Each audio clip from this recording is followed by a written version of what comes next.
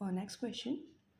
A medicine capsule is in the shape of a cylinder with the two hemisphere stuck to each of its end. ये आपको दिख रहा होगा यहाँ पर हमने कैप्सूल का शेप देखा हुआ है मेडिसिन कैप्सूल का.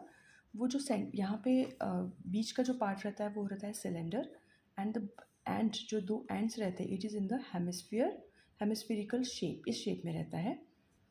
The entire full length of this capsule is 14 mm. This is given. And ये जो डायमीटर है इसका ये हमें हाफ है हेमिस्फेयर है. जो इसका डायमीटर है दैट इज़ 5 mm. सो जो रेडियस है वो हो जाएगा half of 5 that will be 2.5 mm. ये यहाँ पे गिवन है. Now for the cylindrical part we have radius is equals to 2.5 mm जो मैंने अभी आपको बताया. अब इसकी लेंथ फाइंड करनी है. फुल लेंथ है 14 mm. इस 14 mm में से हमें सिर्फ सिलेंड्रिकल पार्ट की लेंथ चाहिए.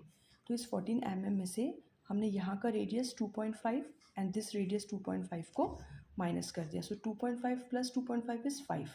14 minus 5 is 9 mm. 9 mm is the length of this cylindrical part. Okay.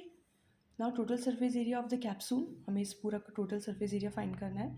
So the curve surface area of the cylindrical part plus 2 multiplication because यहाँ पे 2 हेमिस्फीयर है इसलिए 2 multiply by the curve surface area of the hemispherical part.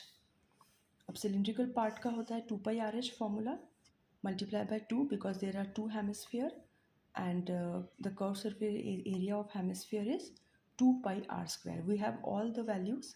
इसमें से 2πr हमने common लिया so it will be h और यहाँ पे बचेगा 2r.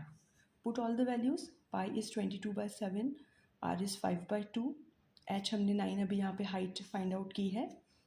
लेंथ और height both are the equal in this case 2 and r is again 5/2. After calculating we will get it is 220 mm square. This will be the answer. The total surface area of the capsule is 220 mm square.